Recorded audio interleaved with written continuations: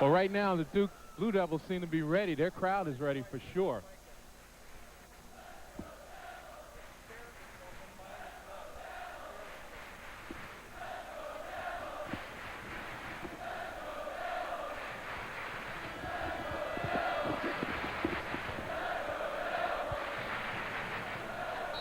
Couple of good point guards here seeing action tonight, as both of them combined for 0 turnovers in their first games of the season. Atiba Prater on the McDonald's Vanderbilt lineup, 7 points, couple of assists, 3 steals, no turnovers in 22 minutes when they knocked off Valparaiso the other night. So what do we look for from the Commodores tonight? Well, certainly you're going to look for the ability to establish somebody inside. Billy DeSpaltro was the guy Wednesday night in Nashville against Valparaiso, and you look at the number of points, 51 out of 74 in the front court. On the McDonald's Duke lineup, a similar night for Wojciechowski. Steve, 4 points, 4 rebounds, 8 assists against St. Joe's. 22 minutes, and again, no turnover. But they're not facing St. Joe's tonight. No, they're not, but they still have that depth that we talked about. That wears people down. 7 players who play 20 minutes or more, you get tired mentally and physically and cause fouls and turnovers. Off the opening tap, Duke will have it. They, of course, run that patented Coach K motion offense. Vanderbilt likes to pressure the ball, but we expect to see them play some zone tonight. They want to see if Duke can hit threes all night long. If they do, they'll win. Well, on the drive, it's Langdon and a blocking foul.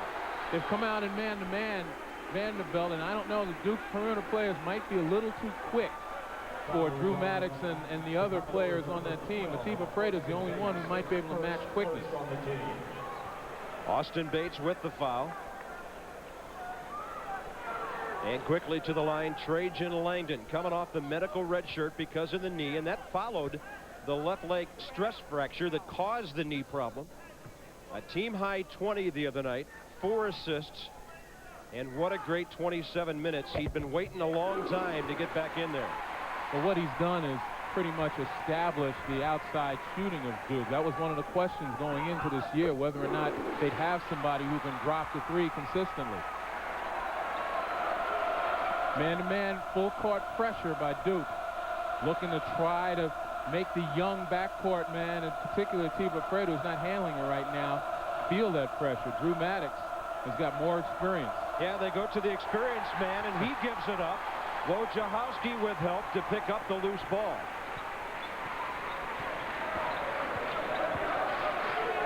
This will be a very interesting matchup tonight between a perimeter team, Duke, and a good, strong inside team like Vandy. There's Billy DeSpaltro pulling down the rebound. He had 9 the other night and a career-high 22. Another turnover. Here comes Wojo. 2 possessions, 2 turnovers. The Vanderbilt backcourt has got to get its poise right now. If Prater thought his fans were noisy in Nashville, he's in for something here tonight. Almost gave it up. Bates on the perimeter for the freshman. Prater was recruited by Duke. Maddox in the corner. You can always count on him to hit the open shot. He's now 2 out of 3 from 3-point range this year.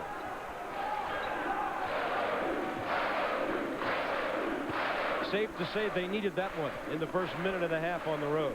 Now Vanderbilt's gone into a 2-3 zone. Jan Van Bredekov told me this morning that they were going to give Duke a lot of defensive looks. Great look. Langdon to Newton. That's the only look that counts, though. Trajan Langdon scoring, assisting. Here's Pax Whitehead. Little give and go there. He goes to the corner. Langdon gives him the baseline, and he dribbles the ball right onto the blue paint. Now, Vanderbilt's plan coming into tonight was not to run any plays, to try to freelance a little bit, get some motion. But what's happening here, it appears that they're a bit confused. Maybe they're not accustomed to playing together, this being the second game of the season with some new faces. 3 turnovers now by Vandy in the first 2 minutes of the game. McLeod takes some contact, Now he hangs and scores. Rashawn McLeod, Coach K's first ever incoming transfer. And a timeout at 20 called by Vanderbilt. 2 minutes and 25 seconds in with Duke up by 5.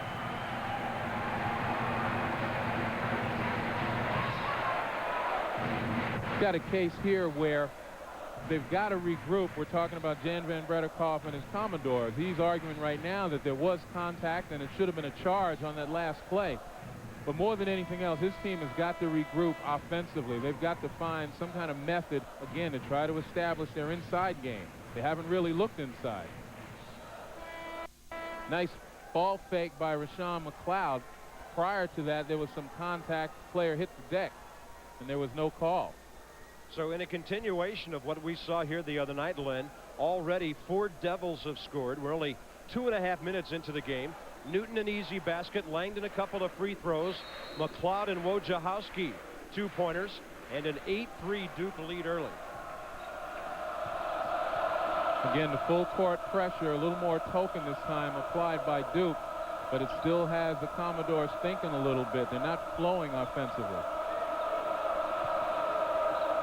There's Bates. Nice hook, fake, and he got Newton off the floor. That'll be number 1 on the 6'10 senior out of Niagara Falls. When you can get the ball into a player like Austin Bates, who has great confidence in his post moves, good up fake, and takes it strong to the basket after the pump fake, you're going to get something good happening to you. That time he gets to the line.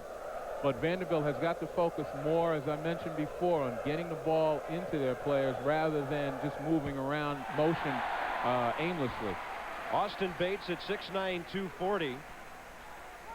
Despite the size, he's got a very nice touch from around 15 feet out. They love his baseline jumper when he gets down that deep. He's got 1 out of 2 for his first points, coming off an 11-point game at home the other night. 8-4 Duke. Well, Ricky Price looked pretty good coming back from the broken finger on Wednesday. McLeod to Newton, lost it, and then straight ahead to Spaltro, gave it right back to Wojciechowski. On the break, the Commodores tried to shove the ball right back up the middle. There's McLeod. That's a 2. He's 2 for 2. Well, that time, Spaltro decided to give McLeod some room. He knows McLeod can put it on the floor and is pretty quick. Spaltro picks up the loose ball, draws a foul and could not quite knock it down. He was lucky to have a ball deflect right to him on the back door. But one of the things that happens when you're a defensive team like Duke and you're so good on the help side is that many times you're out of position to cover the weak side of the board. And that time, Spaltro maintained his presence on the weak side and got an opportunity to get his hands on the ball. Billy Spaltro, a Jersey kid out of New Vernon. Quite a collector. He's got 62 pairs of basketball shoes. They say it's the largest collection on the team. I think it's the largest collection in the United States. 62 pairs. That's the only thing higher than his shooting percentage last year. Number 8 all-time on the Vanderbilt chart with a 59% shooting year. Those were his first 2. So the Commodores hanging in now with Duke 10-6 as we near the 4-minute mark in the first half. Back to a tight 2-3 zone. It's almost a matchup played by Vanderbilt right now. Wojciechowski rattles home the 3. That's his first 3 of the year. If he starts scoring, Duke opponents are really in trouble. Absolutely, because playing Duke, many times you want to be able to flatten out and force him to beat you offensively. We have seen teams in the past let him shoot. Evidently not anymore. Good drive by Pax Whitehead, and he's fouled from behind. It looks like McLeod will get his second. Bob, this is going to be a game where Vanderbilt has to exercise some patience. You know, they're down 7 points right now, but they have to continue to believe in their game plan, which is establishing inside presence. That's a nice baseline move by Whitehead. He got Ricky Price on his hip and took him to the cup.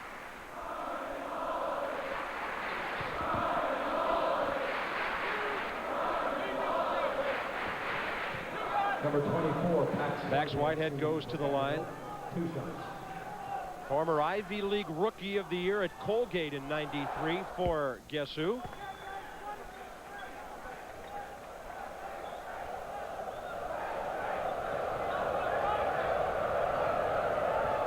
Jan Van Brederkoff in his 4th year at Vandy now. And the officials timeout. 4 minutes and 14 seconds in. Duke off to a quick start, leading by 5.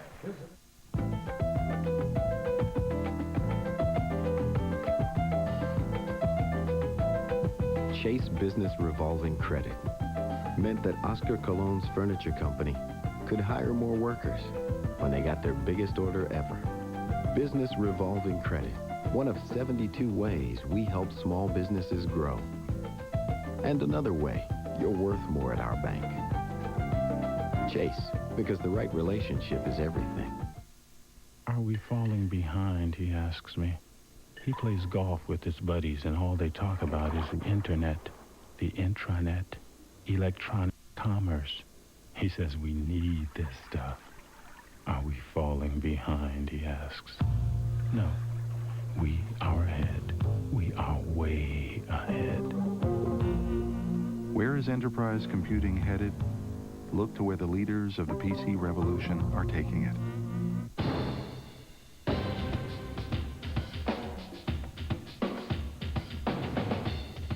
Driving a supercharged Riviera is a pretty racy form of entertainment. And now, with this low lease offer, it's more exhilarating than ever.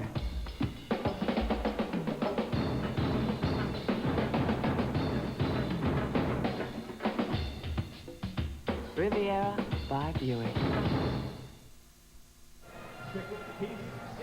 Well, tonight marks a rather interesting return to Cameron Indoor Stadium by 12-year Krzyzewski assistant Pete Caudette. Greeted warmly by the folks back here in Durham tonight. He met Jan Van Brederkoff a couple of years ago when Van Brederkoff was down here recording Courtney Alexander out of Jordan High School. He came over to Cameron. There were guys like Grant Hill, Christian Leitner, pros over here shooting, and Pete was showing them some things and teaching them. Jan was very impressed. A couple of years later, he added Pete onto his staff, and what a great addition it is. Capel the miss, and Despalcho the rebound for Vanderbilt. Straight ahead to Bates, quick transition, and that ball was tipped up and in. It looked like Pax Whitehead. Well, he got a little bit of help from Carmen Wallace, who skied high to try to get his hands on it, but couldn't control it. So the crowd abuzz a little bit. We'll wait and see officially who they give the basket to. It'll go to Austin Bates, the last man to touch it for Vandy. Capel travels. Vanderbilt staying with their game plan defensively, showing multiple defenses. On offense, again, the last basket by Austin Bates. You take a look here, you see Carmen Wallace, 34, trying to control it, but just lost the handle. Howard Pride into the game, handling the ball for Vandy. Finds himself open, blew right by Wojciechowski, and his first due. That's only Vandy's second field goal of the game. But what happened is they have not lost their poise. They could have after the first 2 turnovers in their first 2 possessions of the game. And I should say that's only the second field goal they actually scored with their own hands. Duke gave them one. You take it any way you get it. You got that right. Trajan Langdon back in. And behind him, the smooth freshman who had a great debut the other night, Mike Chappelle, the high school All-American out of Lathrop High School in Southfield, Michigan.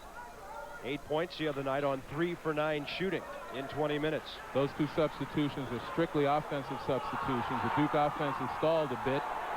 Langdon. I think the engine just revved up and got in gear.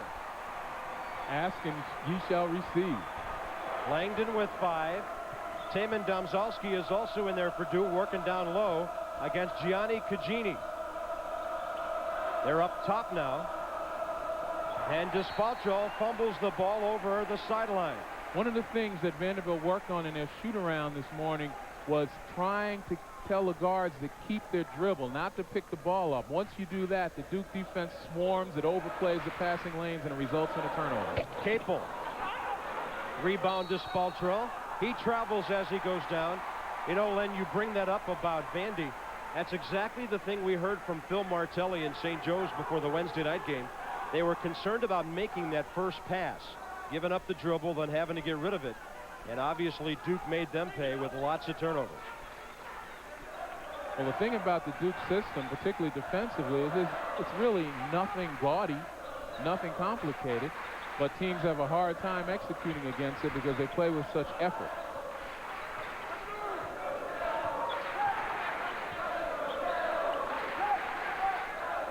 Carmen Wallace on the wing for Chappelle. Posting up is Domzowski. Cugini gets some help from Whitehead, and last touched by the Blue Devil, Domzowski, and the turnover. What Domzowski did is a prime mistake made by a lot of young postmen. When you receive, you have to locate the defense before you put the ball on the floor. If you don't do that, as soon as you put it down, little guys are coming and they're just slapping the ball away from you.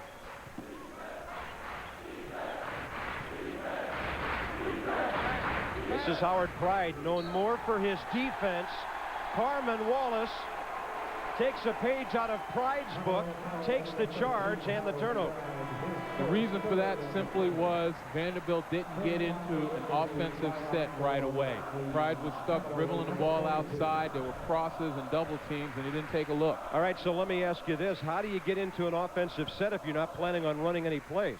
Well, you still have to have some kind of pattern, crossing underneath, setting picks, bringing guys out, playing with each other. Newton took a foul from behind by Despaltro and almost knocked it down. That'll be number 1 on Billy, 6'9" junior. Well, we take a look here. Again, the ball goes into the post. Domzowski puts it on the floor right away without locating the defense. And now you see Whitehead dropping back to tie him up and get the ball knocked out of bounds. You have to hold it, have the patience for a moment to take a look. Guys like Pax Whitehead are very adept at getting underneath the big guys. Greg Newton, 5 out of 7 from the line against St. Joe's Wednesday night. Then he added 4 field goals in the second half and ended the night with 13 points. Had 4 blocks. Misfires on both. And the rebound for Dan Lange, the freshman out of Benton, Kentucky, who originally was heading for UConn before he changed his mind. Langdon the foul, his first. Much better job by Vanderbilt coming down and starting to get people in position, break out on the wings for outlet passes from the point guard. Duke by 4, 16-12, just under 13 minutes to go, first half. Second of 3 on ESPN tonight. More quarterfinal NIT action later. Oklahoma State at Tulsa after Sports Center. Tulsa did it to UCLA again. Now they play their in-state rivals, Eddie Sutton's Cowboys. Carmen Wallace the miss. Chappelle tripped from behind while he was going for it. And the Devils will argue mildly about that one. It'll go back the way of the Commodores. A lot of very aggressive play under the boards right now. Both teams recognizing that second shot opportunities is going to help an awful lot. Big win for Arizona, 83-72 over Carolina tonight. As Mike Tirico said a few minutes ago, lots of teams in their debuts this evening. A lot of top 25 clubs in action tonight.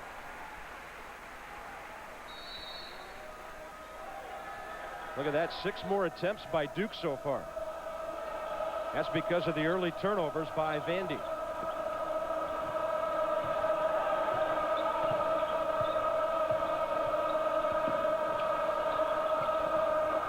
Pax Whitehead on the perimeter, right through the hands of Newton.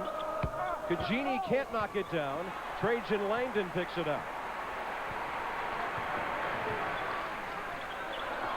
Carries it on his hip. And here comes Drew Maddox for an easy deuce.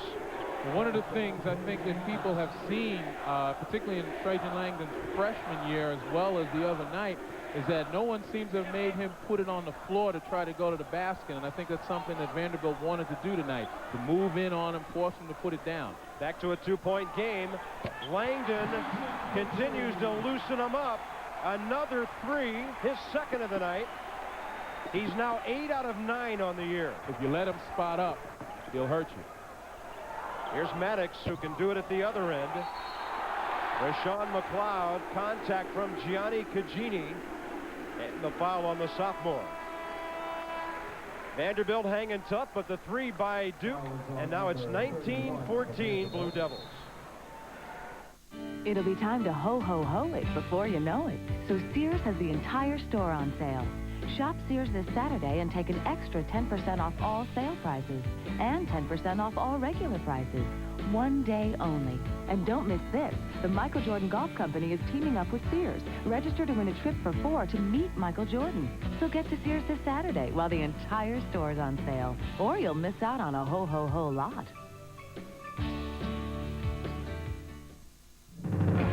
Would a man attack the peak of K2 if a remarkably soft pair of pants were placed there? Would a man tread the lip of a volcano for pants that were pure cotton yet wrinkle-free? Would a man brave the trackless Sahara for pants that were suitable for work and play?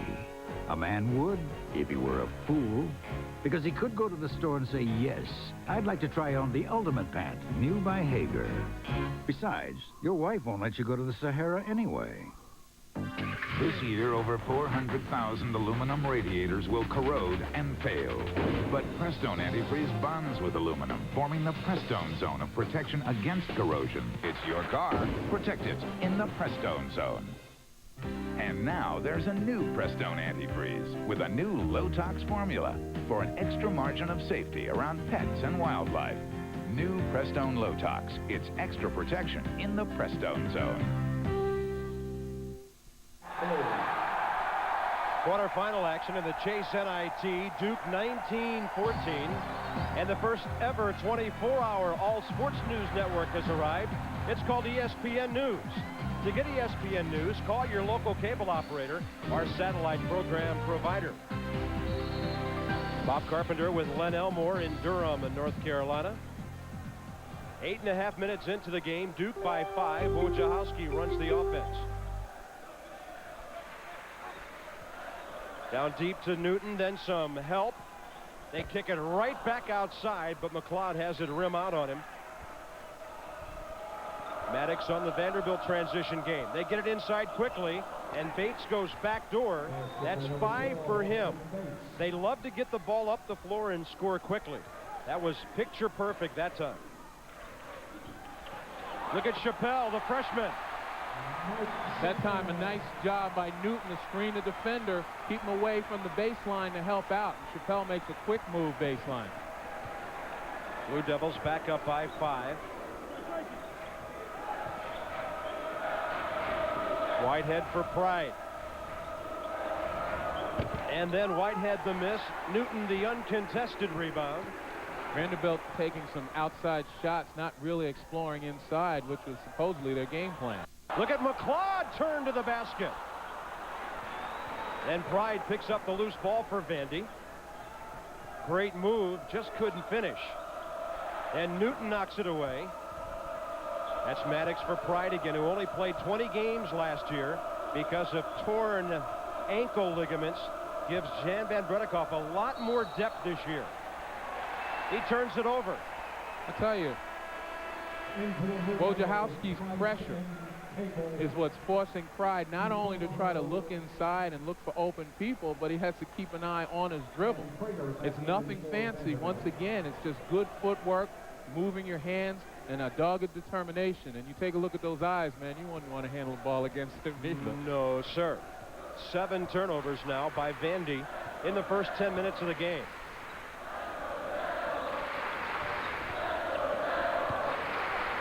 Wojciechowski, the entry for Newton, stripped away by Austin Bates on the way up. Didn't need to dribble that time. Tax Whitehead. He's got a weird-looking shot. He kind of pushes the ball up there. It was deflected, and then Despaltro couldn't knock down his little catch. Here's Ricky Price. Very slow getting back. are the Commodores, and I think this pressure is starting to wear on them just a little bit halfway through this first half. Guys are a step slower right now getting back defensively. Maddox on the wing. That's Prater. Haven't seen much of him so far. Bates got the rebound, and he fakes his way into a foul. And where would Vanderbilt be without Austin Bates? Doing a nice job on the offensive boards, creating some things inside when certainly nothing outside is working. That was his third rebound of the night.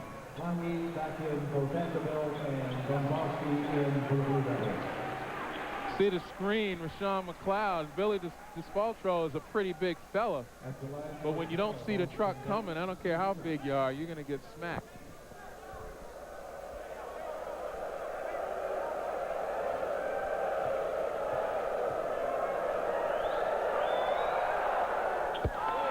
Bates a junior, DiSpaltro a junior, Cagini just a sophomore. So the boards at Memorial Gym will be rumbling for another year or two with these guys moving up and down the court over in Nashville. Austin Bates now with a half dozen.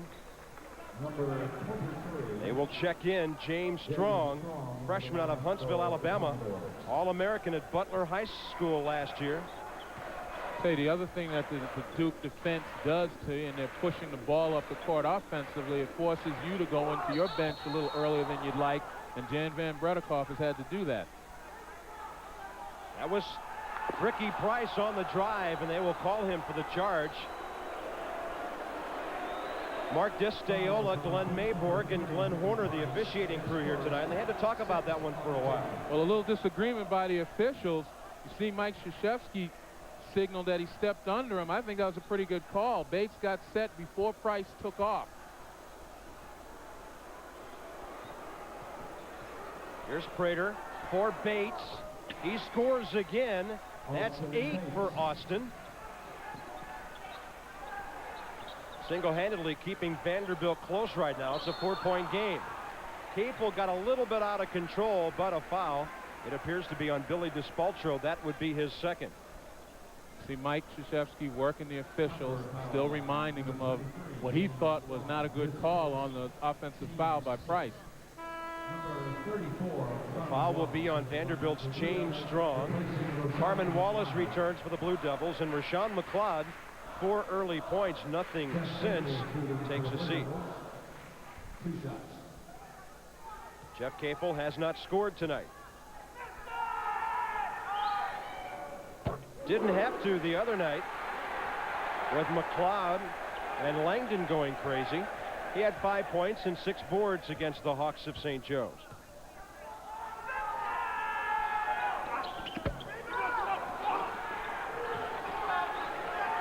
Lange up with it for the Commodores.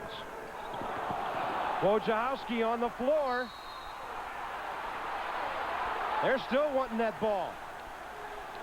Wojo says this thing's mine. I told you. You look in his eyes. He's got that intensity about him, and he's not going to back down from anyone. The young freshman, Strong, just wasn't ready for the pass. You take a look at Prater's pass up to Strong. He wasn't ready, didn't really want it. And I guess you could say Wojo did. That looked like a 2-point takedown. He decisioned him. Prater and Wojo still side by side.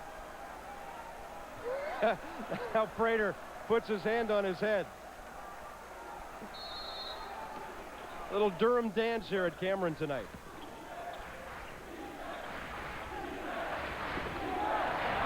Commodores down by 5 on this possession with 8:20 to go, first half.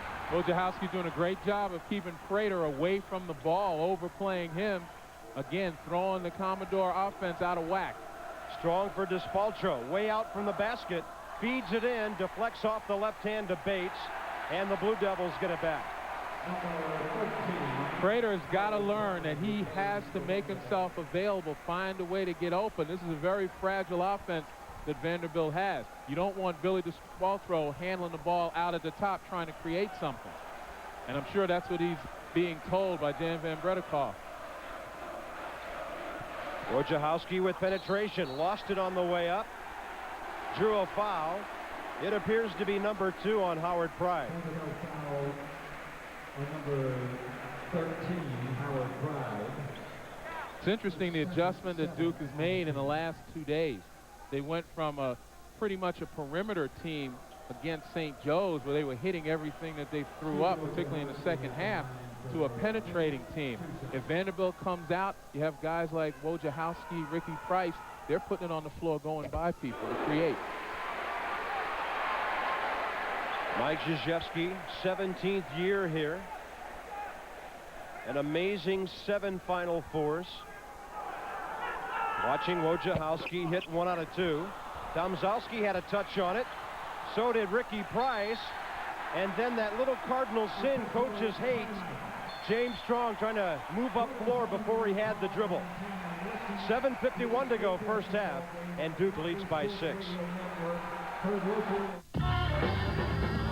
No dogs, no stoplights, no rain. Just getting fit, staying fit, losing the fat. Yeah, you can get fit with this. Into running, walking, you will reach your goal. You cannot stop. This is why. Keeps you moving. Call it motivation. Want it higher, harder, steeper? You will get there. You won't pound your knees, your ankles, your joints. This tells you where you are, how far you'll go, and what you'll attain. So when you get there, it gets out of your way. Space Saver Thin Line from Proform. Hey, this isn't much. This is smart. The new Proform Space Saver treadmill, more compact than ever. Call for a 30-day in-home trial. Tomorrow on ESPN2, it's triple header action. First, defensive powers clash as West Virginia visits Virginia Tech. Then, South Carolina grapples with a Clemson squad that's on a roll. Finally, Minnesota hopes to dash Iowa's bid for a bowl. West Virginia, Virginia Tech at noon. South Carolina, Clemson at 5:30. Iowa, Minnesota at 8:30. Tomorrow, only on ESPN2. Duke by 6 over Vandy. Great day of rivalries coming up on ESPN's college football. Quarterback Steve Sarkisian, yeah, they've got another one at BYU. They are 11-1, and the WAC title, at least in their division, up for grabs as they take on the Utes. And then how about this one? Auburn and Alabama. Auburn just out of the top 25. Bama is checking in at number 15 this week at 8-2. Tremendous rivalry weekend on ESPN's college football.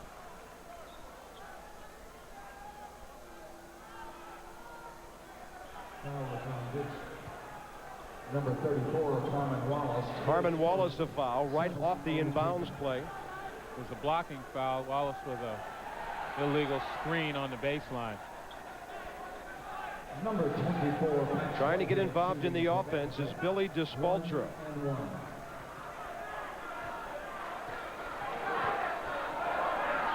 Max Whitehead at the line. He's 3 for 3 there now. Speaking of DeSpaltro, he's got no field goal attempts, 2 points, and 4 turnovers. It's difficult to establish the inside game when the passer is being swarmed and his vision's being blocked. Somebody didn't block out. Austin Bates gets the garbage. He's into double figures. Big basket for the Commodores there. A 3-point play makes it a 3-point game. Bates has had a tremendous presence on both ends of the floor. Couple of rebounds, both of them at the offensive end. But he's also been taking charges. He's had his hands on a few. He just has to grab one. They're going to change that one. There were 2 Commodores pawing away at the basketball. And Duke will keep it. Newton, McLeod, and Langdon will all check back in. Capel, Wallace, and Domzalski all take a seat. And with the wholesale substitutions and the frequency of them for Duke, sometimes you have to worry, can they get into any type of rhythm offensively when you keep shuttling guys in and out? But so far, it hasn't been a problem. Well, last Friday night we saw on ESPN what great versatility Rick Barnes has at Clemson.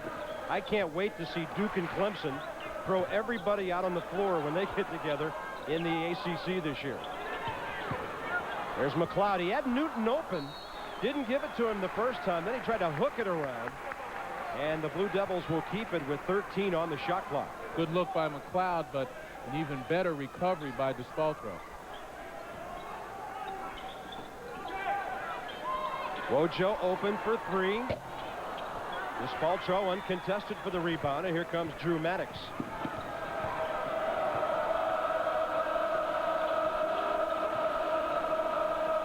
Howard Pride for Whitehead.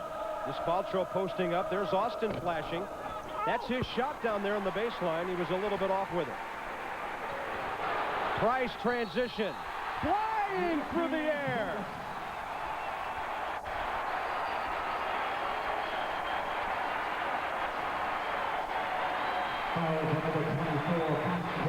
Max Whitehead on the foul as Ricky Price comes up with some serious airtime here. Once again, we talked about fatigue, getting back a step too slow. Max Whitehead not getting back into the paint as good defenders do in a semi-break situation. Doesn't get back there in time. 5 for Ricky. He had 12 against St. Joe's on Wednesday, coming off that broken pinky finger on his right hand. Now Pride falls. Wojciechowski a touch. Maddox and McLeod. Wojo's got it.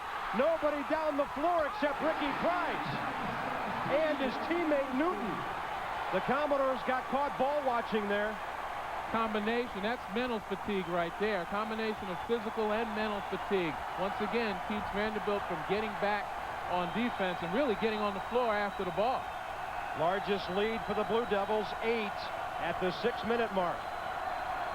Page for DeSpaltro and a foul on Newton. That is his third. And that's the one thing that can turn the tide of the inside game here tonight is Newton foul trouble. Well, the benefit of having the three big guys inside is the ability to tag team and put a lot of pressure on. But you talk about tag team and wrestling, right there Duke wants the ball more. There's no question about it. Drew Maddox didn't get any help. And Wojciechowski, with the presence of mind after he gets possession of kicking it out, there were no black shirts anywhere near Ricky Price on that layup, although they had plenty of time. DeSpaltro 3 for 3 from the line tonight. He's been to the line 15 times already in a game and a half this year. Again, the establishment of an inside game, which they really haven't been able to do tonight with DeSpaltro, although Bates has picked up the slack. There's Whitehead. Nobody boxed him out. He's got it again. Fakes.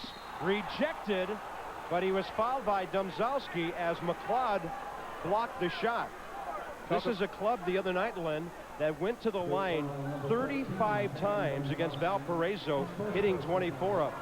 And you talk about making an adjustment. Duke has still problems with blocking people off the board. The other night against St. Joseph, St. Joe's came up with 24 offensive rebounds, and I think the Blue Devils, particularly in the first half, were fortunate that they weren't able to convert any for any baskets. 4 for Pax Whitehead, all from the line. He finished last year shooting free throws well, hit 22 of his last 25.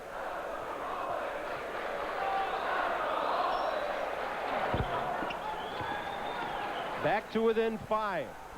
Vandy hanging around just as Duke stretched the lead out to 8, but then Newton got the third foul, and that hurt him defensive rebounding at the other end on the free throws. And again, going back to the substitutions and the frequency of them, sometimes they hurt you offensively. Nice little pick and roll by Domzalski, his first basket. That's the first good-looking offensive set for Duke in a couple of possessions. They've been fortunate to be able to convert turnovers. High screen by Bates. Pride in traffic. Deflected, stolen by Trajan Langdon. Here they come, 5 on 3. Pretty good catch there by Chappelle. Ball was behind him. Wojciechowski for Domzalski and back. Then to the wing for McLeod. And a foul underneath against Domzalski, but the basket counts. Good ball movement by Duke, guys spotting up, but more importantly, making themselves available despite the the movement of the defense trying to get into the passing lanes, the shooters were able to step into the gaps and be seen.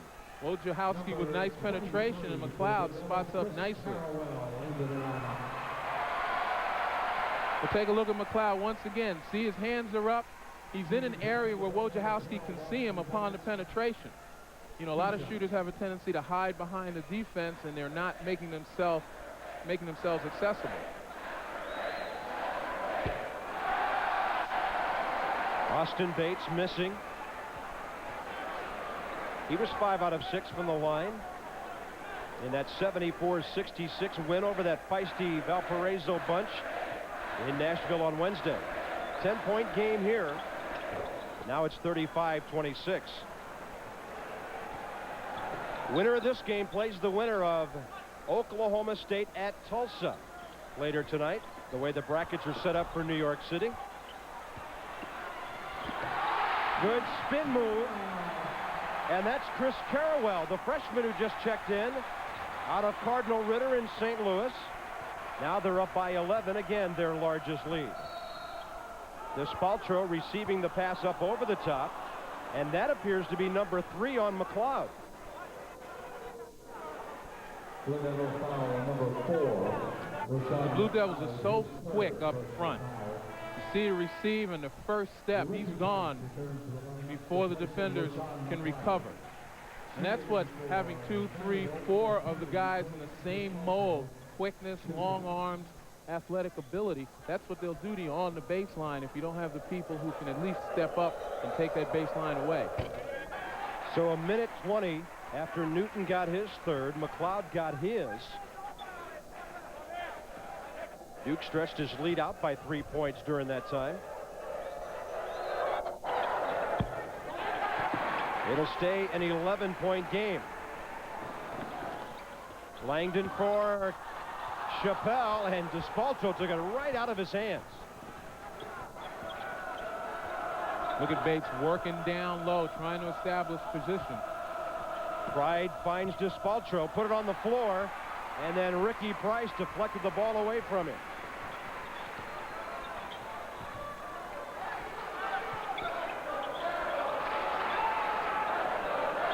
Duke by 11 as we run down to the 4-minute mark. Mike Tirico's in the studio tonight. He'll update you on some other NIT action this evening. This is our second of 3 on ESPN. Ricky Price can't get it to fall. Pax Whitehead, the Vanderbilt rebound. This is an opportunity for Vanderbilt again to try to get back inside. Despaltro's got to be much stronger with the ball. You look at that body and you don't think it's going to get taken away from him. Chappelle had the ball slip out of his hands. Again, the other freshman, Carrawell's down there, and they both travel with it. Maybe they have to check the ball. It looks like it's been in the refrigerator a little too long. 3:28 to go on a slippery night in Durham. The Blue Devils by 11. And now from Paris, from Milan, from St. Louis. Introducing a new look from Budweiser. Born on dating. It's the day your Bud was born, because fresh beer tastes better. Nice label. Thanks. Today, I'm going to meetings in Paris, Prague, and Toledo without leaving my chair. The world is evolving and connecting at the same time. You don't even need an office. If you can think it, you can go do it in absolute full digital color. There are more ideas inside of Kinko's today than in any office space in America. Sometimes I go just to be with people. Hi, Howard. Every day, over 200,000 businesses use Kinko's, the new way to office. Sorry, dinner's late. Had to take apart the strut assembly on the minivan. Oh. So how was practice? We had to do thrust angle alignments again. We're on CV joints. Dad, after dinner, can we replace the rack and pinion on the station wagon? We can't all be suspension systems experts. We'll see. Oh. At Midas, that's okay, because whether your car bounces, pulls, or vibrates, we'll explain your options so you'll know what to do. It's the Midas way. A better system for you and your car. Midas, auto systems experts. Duke leads by 11. They've had 9 different players score already in this game. And let's talk about that down front game, Len, that we were opening the show with tonight. How's it going so far? Well, you take a look at the differential of 3 points, and you got to believe Vanderbilt might be a little bit further along if they could get Billy DiSpaltro on track. Again, he's got no field goal attempts. He's got 2 points, actually 3 points from the free throw line alone, and he really hasn't been able to get the ball down on the blocks uncontested. Against Valparaiso Wednesday, their front line scored 51 of their 74 points. 8-point advantage for the Doubles over the last 4:22. Vandy had pulled to within 3 at the 7:48 mark. Shot clock down to 6. Whitehead on top. Pride's got to let it go. Short with the 3. Carrawell had a touch. Trajan Langdon. The ball seems to magnetize toward him early in the season here. He has really played well in his first 2 games back. Now he'll drive. Got his own. Yes! And a foul!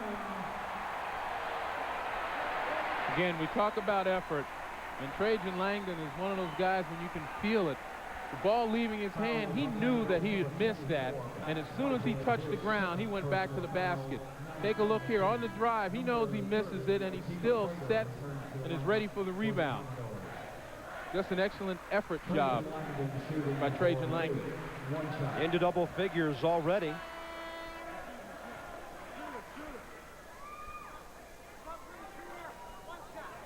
Number 3, Billy DiSpaltro. He's not yet 100% coming back from his injury. Billy DiSpaltro back in for Vandy. Woe beyond the future teams that Duke plays as he recovers. You're reading my mind. When he's 100%, look out. That's 11 for him. It's now a 15-4 Duke run. Langdon gets a breather and a big hand from the Cameron Crazies. Carmen Wallace is back in. So he has 31 points in 3 halves of play this year. Prater back in running the Vandy offense. Cagini down low. There's DiSpaltro up high. He's had trouble handling the ball tonight. Wojciechowski's got it, and he scores. He turned his back on Prater and rolled it over the iron. Well, DiSpaltro is not supposed to be handling the ball up that high. That's not his game. That's not his place. Maddox tripped inadvertently by Wojo, who will get the foul. It'll be his first. But we've seen Billy DiSpaltro on probably 5 or 6 occasions just fail to cleanly handle the basketball. Well, you take a look right here. He's at the top. He's become the conduit for the offense. He's very unaccustomed at that position, as you can tell. And putting the ball on the floor and turning your back on the Duke defenders is a no-no.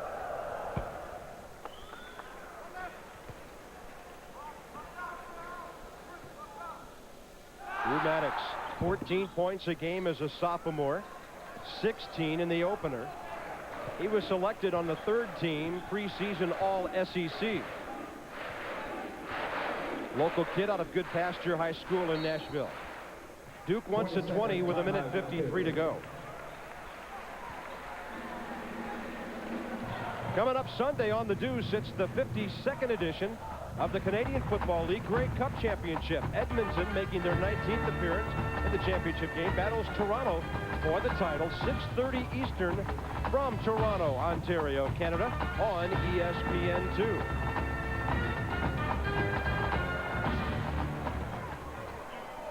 A minute 53 to go before halftime. Bob Carpenter with Len Elmore. Quarterfinal NIT action. And that 20-second timeout by Duke was primarily to be able to get Trajan Langdon and Jeff Capel back in the ball game. They're going with a small team right now. You can probably bet that if they score here, there's going to be a lot of pressure applied by Duke, probably full court.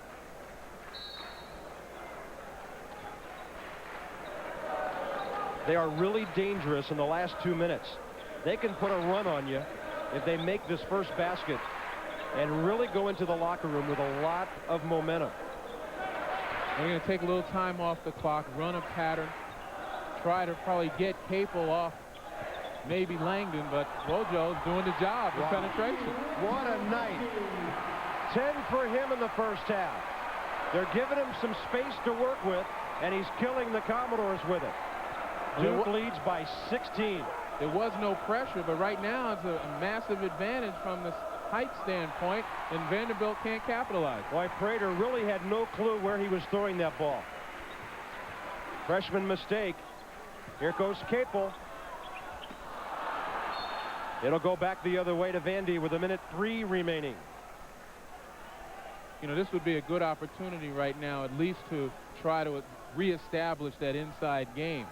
There's going to be an awful lot of help once the ball goes down low, and the big guys are going to have to recognize that, and the shooters are going to have to spot up.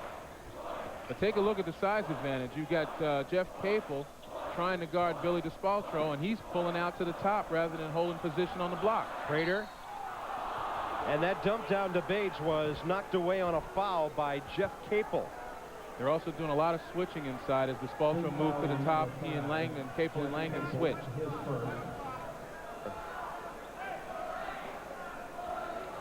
Coming up, Mike Tirico with our Delta Faucet halftime report. He'll look back on the Cats and the Tar Heels up in Springfield. Something about Lute Olson's team. They won the preseason NIT last year. Hoosiers in action against St. Louis tonight. And a little family action out in the land of Lincoln tonight coming up at halftime.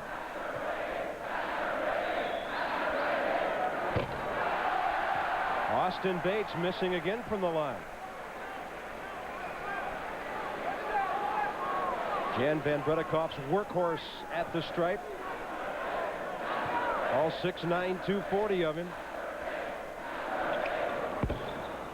And that's a dozen for Austin. But a 15-point first half lead for Duke. Right now Vanderbilt goes back to a zone. One reason is because of the size differential. There's also a quickness differential, with Duke being the beneficiary of that. And I don't think Jan Van Bredekoff wants his big guys tired out for the second half chasing these quick Duke forwards and guards around. Shot clock at 10. There's a 10-second differential. Wojciechowski for Price. Ricky kicks it to the wing. Nobody there.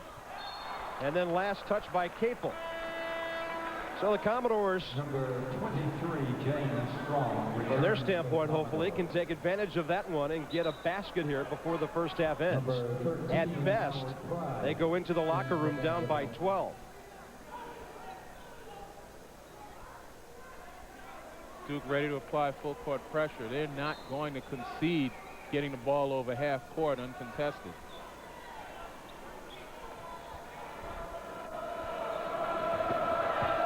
Howard Pride receives the inbound pass. 5 seconds. He let it go way too soon. I think the crowd fooled him. They do a false countdown here. That's about 4 seconds before the clock. And I think Howard Pride fell for it. What a first half for Duke. A little sluggish the other night, but a big half for the point guard. So at halftime, Duke by 15. We go from Wojo to Tirico. Mike? Carpet Len, thanks. Good to see the Dukies are in mid-season form. If you've been listening carefully during the first half, you know what I'm saying. Coming up, it's the Delta Faucet halftime report. First big night of college hoops. North Carolina, Arizona, and a good game in the Tip-Off Classic. An in-state battle in Illinois that has more significance than normal. We'll show you the highlights when you come back for halftime. ESPN's presentation of the NIT is brought to you by Chase. At Chase, the right relationship is everything.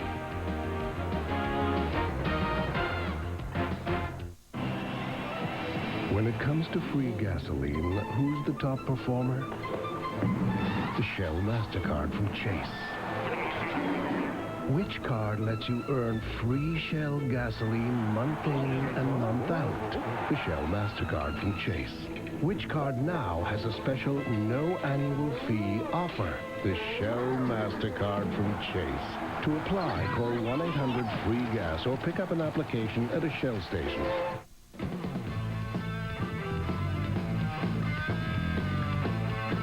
The Panasonic razor lets you shave wet or lets you shave dry. You choose how to use it for a great shave every time.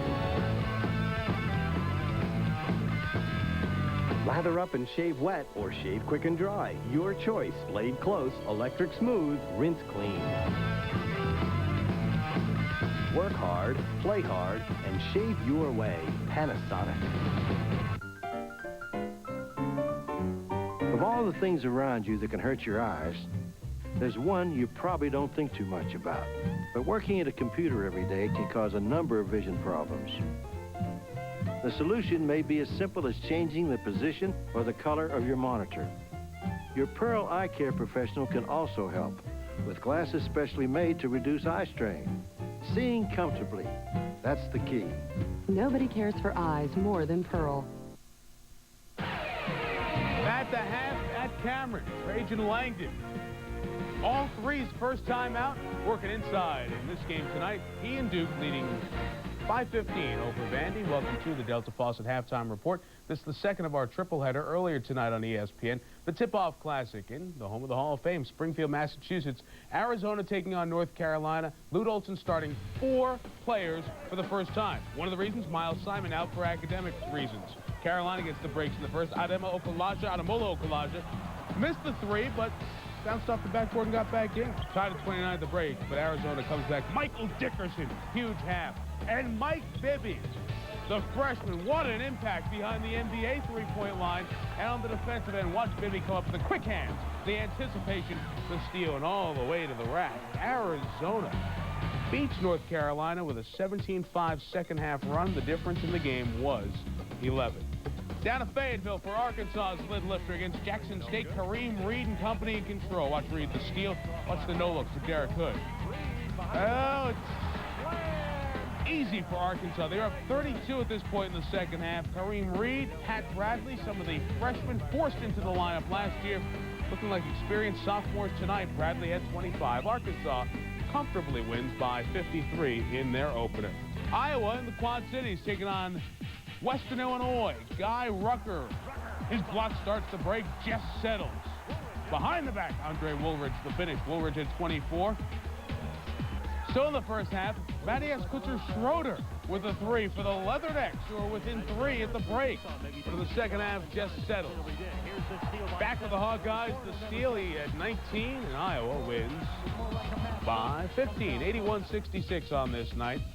Syracuse got a big 55-point win, the second biggest win in the Boeheim era. They play Kentucky Thanksgiving night on ESPN. Tark's team, Fresno State, lid lifter, up by 6. New Mexico wins in the pit in Albuquerque in the Lobo Classic. Boston College scored the first 13 and beat Brown. Jimmy O'Brien's program, a lot of stress lately, but he gets the win there. And GW wins their opener by 30 in the Red Arbac Colonial Classic. The NIT, Chase NIT quarterfinals getting underway tonight on the Deuce in Bloomington. Indiana taking on St. Louis. First half, Indiana down 1. Neil Reed, the great game in the opener of this NIT, to Andre Patterson, who had 2 posterizing dunks in the night. Hoosiers by 1. Still first half, score tied. A.J. Guyton, 16 points tonight. Watch him beat Virgil Cobbins off the dribble. Late in, Hoosiers up 2. Second half, Indiana extending the lead to double digits. Lewis going in, and our cameraman took the worst of it, but bounced back as Indiana beat St. Louis 70-54. They'll meet Evansville in New York in a very low-scoring game. Evansville beats Iona 44-41. So Evansville's going, Indiana's going. Duke leads. Oklahoma State Tulsa winner will play Duke. The NIT semifinals, the 4th quarterfinal, comes your way at midnight right after SportsCenter. If you don't know how Tulsa got there, didn't stay up late Wednesday night, Steve Lavin's debut as the UCLA head coach. Shea Seals cold in the first half, strong in the second half, as Tulsa comes away with a huge victory over UCLA at Pauley. That's why it's Tulsa, Oklahoma State tonight at midnight. At the half, Duke leads Vanderbilt 44-29. We'll have more scores and highlights on the story of the Illinois-Chicago game after this.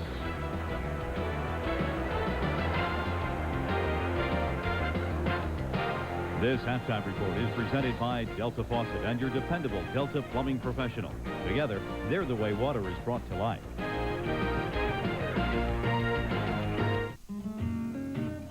When plumbers hit the road, they carry more than a truckload of faucets and pipes.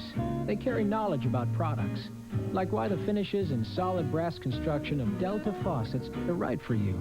They carry knowledge about styles and knowledge about procedures and codes that tell you they're as committed to perfection as we at Delta are.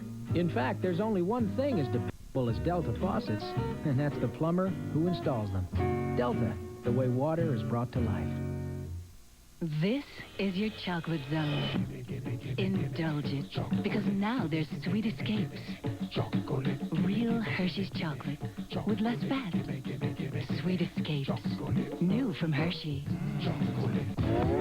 Space Jam is here, and the rush for Space Jam Plush is on at McDonald's. Get Bugs, Taz, and all the others before they're gone. Just $2.99 each when you buy any McDonald's Deluxe or Large Sandwich. Only one place has Space Jam deals this plush. McDonald's, Doc. It starts with a full quarter pound of beef, with fresh toppings, our chef sauce, on a bakery soft roll. McDonald's Arch Deluxe. If it were any more grown up, we'd need to check your ID. Oh, thank you. It's McDonald's with a grown-up taste. Foot action. Foot action to me is working to be the best all-around guard in the league. Best defender. Best rebounder. Best passer.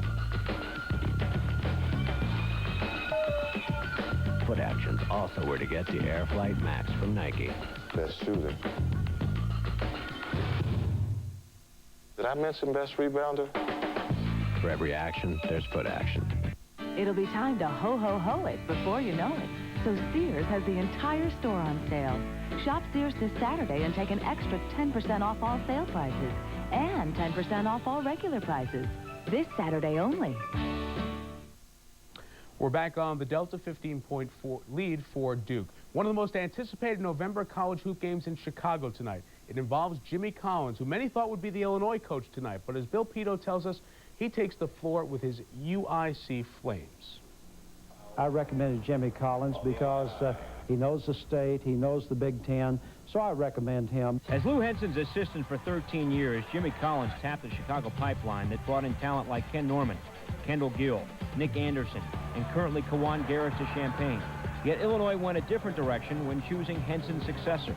Face to face, I was given no reason. I mean, nobody talked to me and told me why I didn't get it. I think you knew we had an exceptional person inside, but you minimize risk when you go for someone that has established themselves. So it wasn't a knock on Jimmy.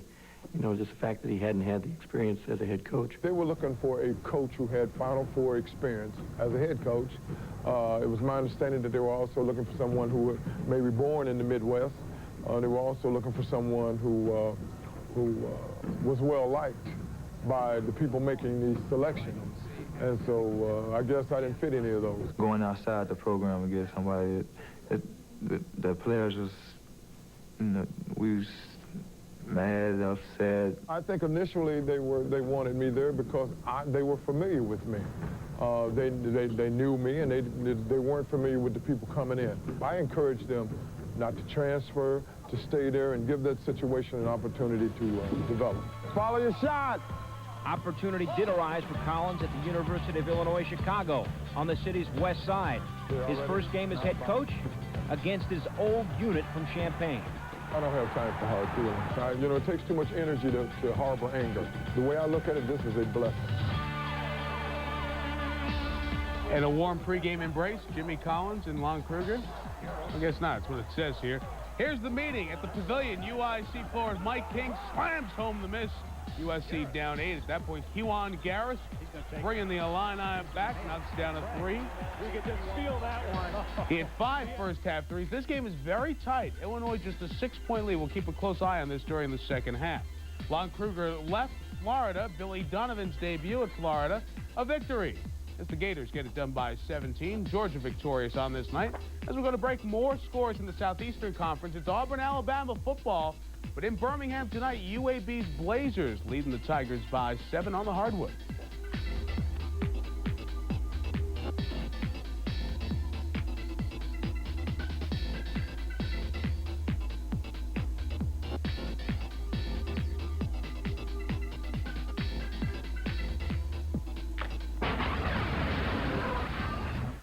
When I started losing my hair, it bothered me, and I finally got to the point where I just didn't want to think about it anymore. But I didn't want to do anything until I knew I could get the look that I wanted. The most important thing to me was the hairline. It had to look natural.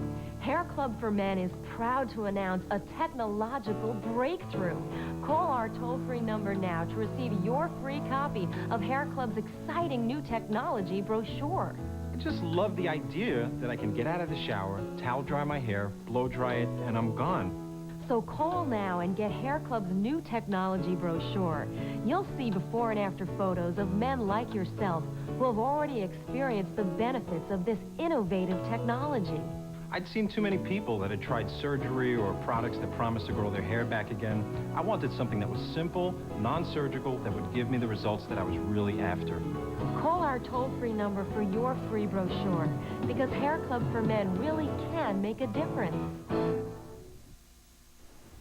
Welcome back.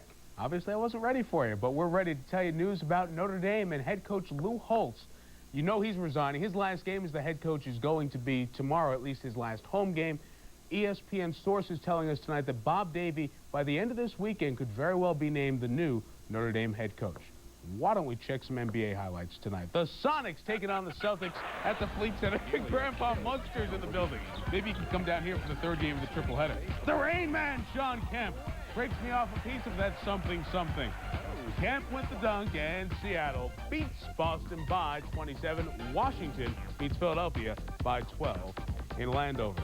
At the Mall tonight, Penguins with a 5-goal third beat the first-place Whalers 7-1. Washington and New Jersey, two hot teams in the East, and the Capitals beat the Devils 5-1. Full highlights coming up on SportsCenter with my friends Carl Ravitch and Linda Cohn. Also news of Bobby Bonilla on the move and the new head football coach at Purdue. Second half with Carp and Lenny coming up after this.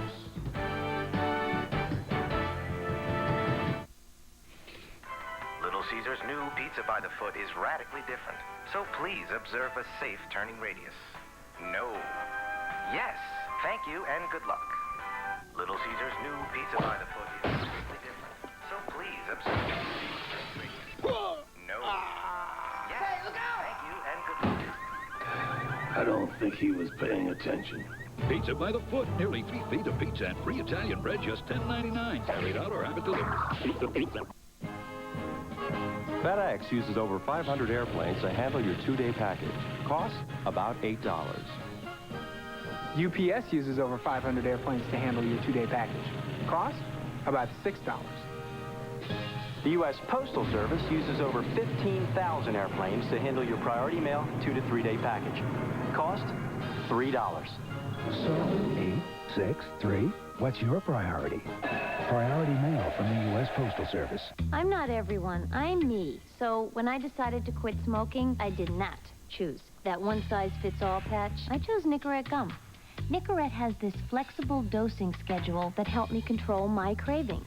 It let me use the strength I needed, the amount I needed, when I needed it. Nicorette was personal. It fit me. You know, me the non-smoker.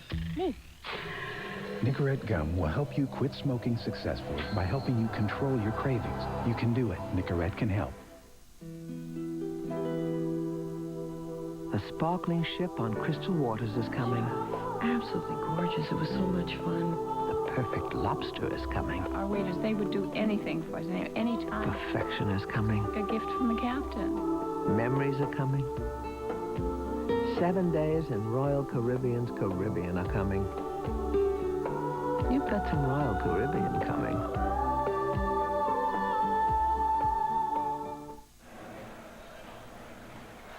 Duke by 15 at the half, trying to go 2-0, looking for New York City to take on the winner of later tonight's Oklahoma State game at Tulsa on ESPN. Steve Wojciechowski, the story of the first half. Len Elmore, he has been all over the place. And that's literally, I mean, he has been everywhere, scrapping, scraping, diving on the floor, and he's shown some things that have been uncharacteristic of his game. The ability to put it on the floor, penetrate, dish, hit some outside shots. And that, by the way, is him scrapping on the floor behind the statistics.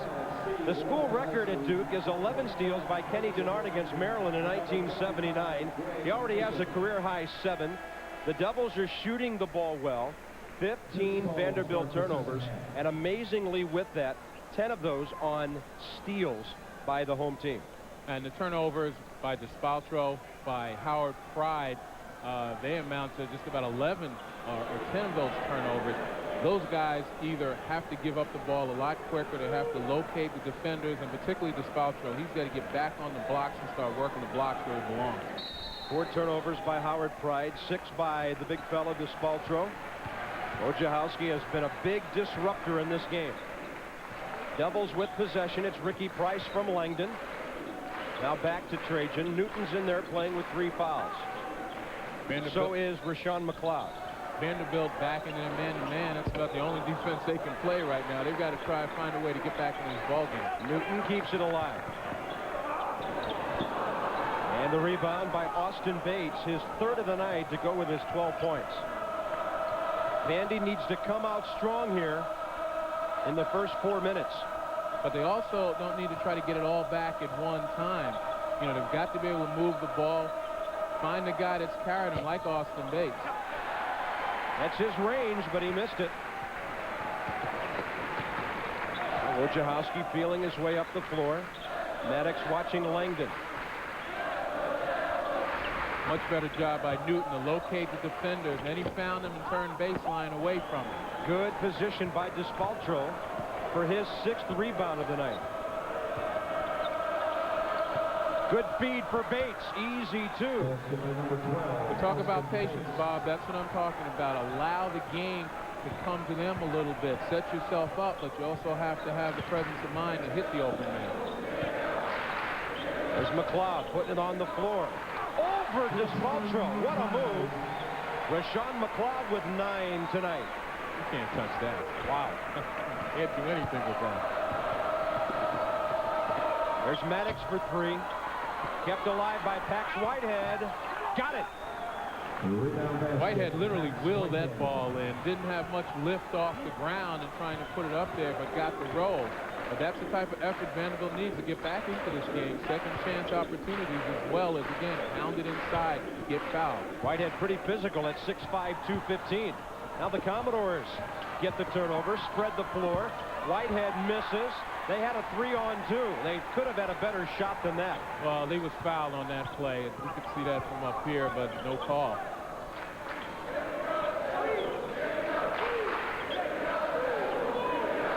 It is fun to come to Duke. We do see a few things here we don't normally see sitting at the table at courtside. Looking almost directly down on the floor from our perch high atop. Cameron. Shot clock is at 9. We have the eagle eye. McLeod another turnaround. Over the top, Newton. That's his 4th. He had no chance for that rebound. That was not a smart play. And slowly but surely, Vanderbilt seems to be cutting away at Duke's lead. And the way they've done it is to cut down on their turnovers. They've spread the defense a little bit, and they've given the effort. They've gone to the offensive board. You know, one of the things we talked about as far as patience was concerned was let the plays develop. A nice feed by Billy DeSpaltro down to Austin Bates inside. But the floor was spread. There was plenty of room inside to allow Bates to work.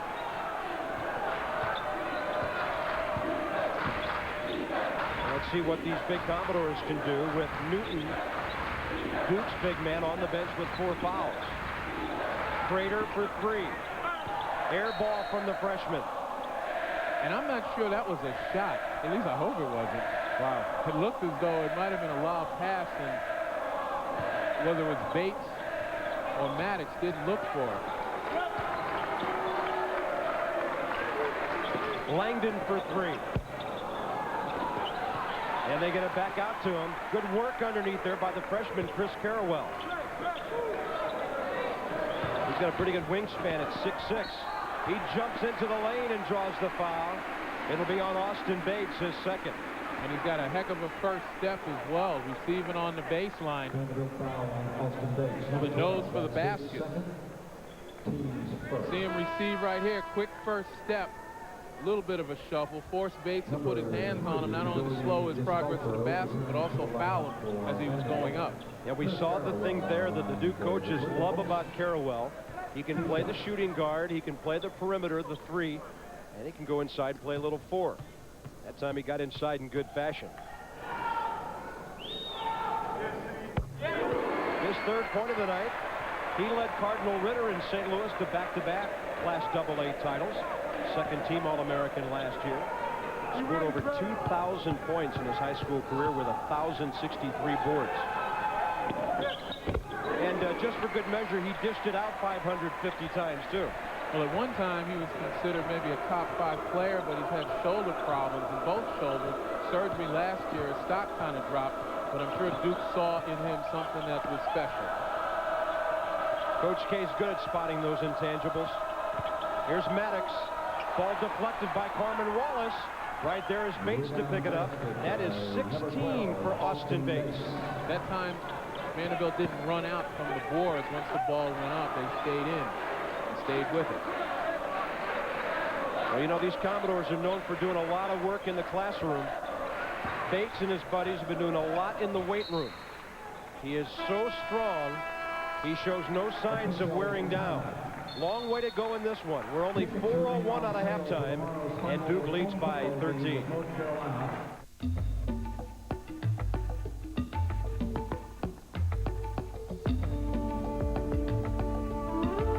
The members of the Achilles Track Club have taught us what we consider to be the most important principle in banking. Never underestimate any person's worth. And we at Chase proudly support and are inspired by their efforts. Chase, because the right relationship is everything. Let's go, guys. I need a play down here. Hang on, Mike. We're working on something up here. Try 3-wide rocket. If they blitz, it won't work. What about a quick slam? Okay, Mike, we're almost there. Come on, come on, come on. Look at pro split Z out. What's taking so long up there? Okay, Mike, here we go. 3 wide, 78, Z out, Y cross. All right, all set? Let's go. Let's go. Great call, guys. Good job. HBO Pictures presents a film based on the true story of the greatest player the world has never known. The boy I'm waiting for is 10 feet tall. But when the realities of life take you out of the game, don't give up. It takes a true hero to rebound. Don Cheadle, James Earl Jones, Eric LaSalle, and Forrest Whitaker. Rebound, coming this month only on HBO. A trip to New York City at stake, 48-35 Duke, early second half. Well, we talked about Rashawn McLeod throughout the game, and he's not your typical two-dimensional big man. We've seen him shoot threes. We've seen him put it on the floor, and they're a nice post move. Ball fakes, pivots, and everything. The jump hook, that's his go-to move, and that's unstoppable. This guy has definitely been a valuable addition to the Duke program. A Duke connection in his past, played for Bob Hurley. Two-time All-Stater at St. Anthony's in Jersey City. Good things come to those who wait. Mike Krzyzewski originally recruited him out of high school, lost him to St. John's, and got him back somehow. Shot clock at 7. Rebound, Drew Maddox. Straight ahead for the freshman Prater. Wojciechowski catches up. Pretty good catch there by Austin Bates, who's having a big night. He's got 18 now to go with his 5 rebounds, and he is almost single-handedly keeping Vanderbilt in this game. And the thing that's making him so effective is that he's going to the basket strong, keeping the ball up high and finding the spot. Well, there's Carmen Wallace. He's the ultimate role player on this team. That's his first basket of the night. He's 3 for 3 shooting threes this year. Oh, DeSpoltro! My goodness! Well, he finally has a field goal attempt. We knew he had it in him at some point. Oh, my. He changed shoes. I guess he got out of that 62 varieties. This place has been open for 56 years, Cameron. It's never been rattled quite like that. Here's Maddox on the break. Short.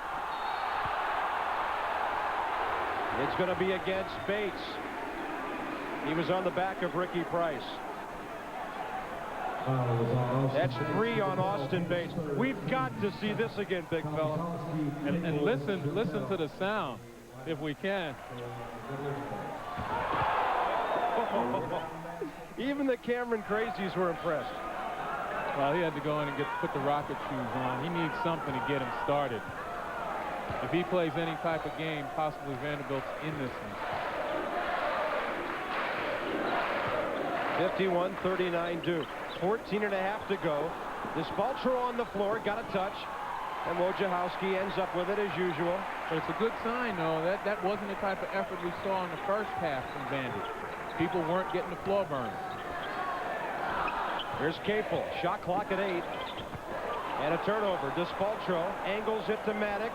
Diagonal to Bates. It was behind him. Bad decision. The big guy's running to get to a spot. He's not running to handle. Maddox, with the ball, was the one who had all the space to work with. Here's Carmen Wallace. He was fouled on the way by. Uh-oh. Is that number 4 on Austin Bates? Vanderbilt foul on number 12, Austin Bates. That will be his 4th. That is serious. Mark this time down, 13:59. Vanderbilt looking like they can make somewhat of a run. Got a little momentum, and then they lose Austin Bates, the guy who's come up big for him so far. He got his 3rd foul at 14:43. And then only 44 seconds later, his 4th. Capel banking in the 3.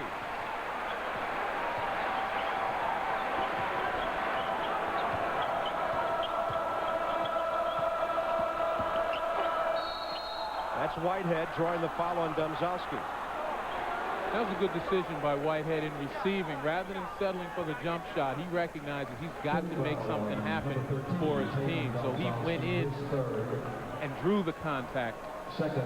Damon Domzowski, one of 2 very good sophomore players in the nation out of the state of New Mexico. We saw one earlier tonight on ESPN. A.J. Bramlett playing for Lute Olson. Starting to come into his own with those Wildcats out there. Domzowski, though, has been foul prone early in his career. He did make the All-ACC freshman team last year. Last year he averaged about 3.5 fouls per game, playing only 20 minutes. He's the kind of guy that's an aggressive player, but you got to be able to channel that aggression to certain points, and he'll learn. 9 for Pax Whitehead. If he wants to play, he'll learn. Yeah. Capel lost the handle. But then Carmen Wallace hustling to get it back to Wojciechowski.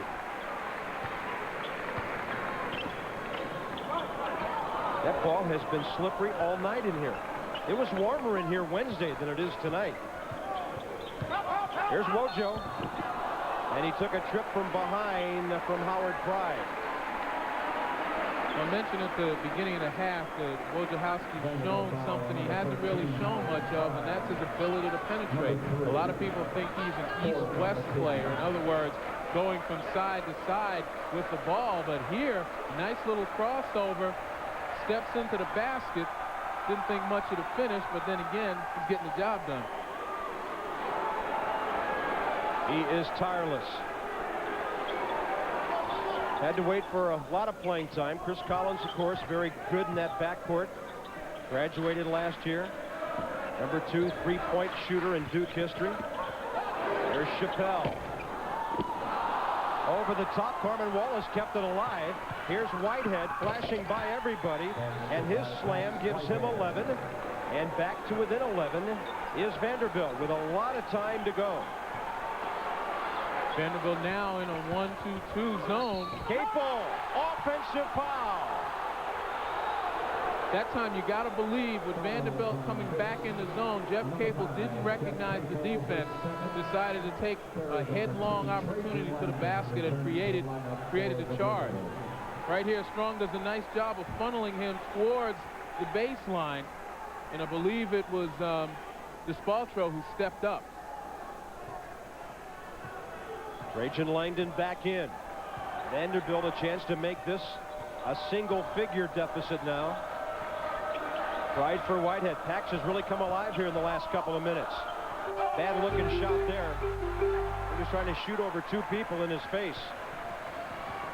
Carmen Wallace, that one deflected. Here comes Pride. To the wing for Whitehead for 3. Ooh, missing badly. Not even close. Now, Pax Whitehead is this team's leader. I've spoken to Jan Van Bredikoff about that this morning. You know, he's a senior. He's been around. He says he's seen the ups and the downs going from the all-rookie team in the Ivy League to scoring 1 point a game in a season that was plagued by injuries. But what he's got to be able to do out there on the floor right now is settle his team down. He hit a big three the other night against Valparaiso. That put him from 2 up to 5 up and really enabled Vanderbilt to sort of cruise down to the end of that game. Capel for Langdon. There's McLeod. Back to the basket. Slips free and scores!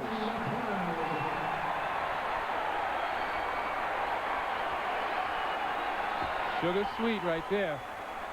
Once again, on the post, Rashawn McLeod. You can't say enough about his footwork. It's a little bit reminiscent of the jump hook before, but again, up fake, good footwork. You see, he keeps his pivot foot, gets the head and shoulders past the defender, and is able to get to the basket. It's a clinic out there right now, given by Rashawn McLeod. Three-point play gives him a dozen. Timeout. 8-10 out of the locker room. 11:50 remaining. McLeod puts Duke up by 14. If you can just get your mind together, then come on across to me. We'll hold hands and then we'll watch the sunrise from the bottom of the sea. But first, are you experienced? Or have you ever been experienced? Ooh, Humpty Dumpty sat on the wall. Oh, yeah, look out. Oh. Humpty Dumpty had a great fall. Oh, man. Let me go put some on my feet. Myself together here. Look out. That's better. Uh-oh. All the king's cooks, all the king's men. Hoo-sa-ha. Wouldn't have Humpty for breakfast ever again. Get back. Inside its armrest are storage compartments. The map pockets are thoughtfully divided. Its roomy rear seats have under-seat bins. And the bed converts into a shelf. In the all-new Dakota, even the conveniences have conveniences. The new Dodge Dakota. It's full of surprises. In San Jose, it's the opener for #2 Kansas against Santa Clara. Jared Haas, the lob, Rafe LaFrentz, the catch, the putback. KU up by 8. Bob. All right, Mike, a little stop on the West Coast for Kansas. They're heading for the Maui Invitational to take on LSU Monday. Here in Durham, it's 57-43 Duke. Bob Carpenter with Len Elmore. Vanderbilt hanging tough here in the second half.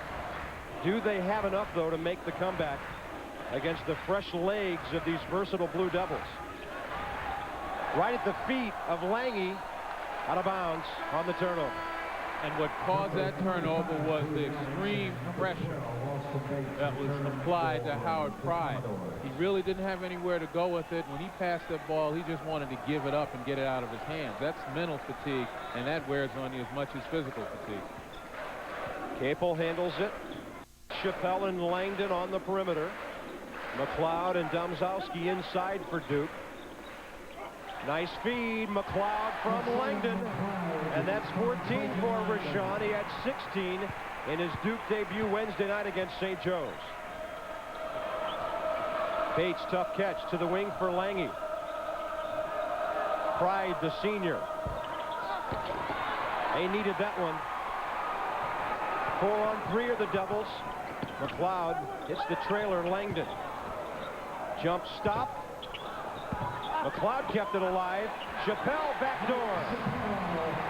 Sean McLeod getting it done, whether it's when he's fed to the blocks or keeping the ball alive. At 6'8", 220, he's moving some people out of there.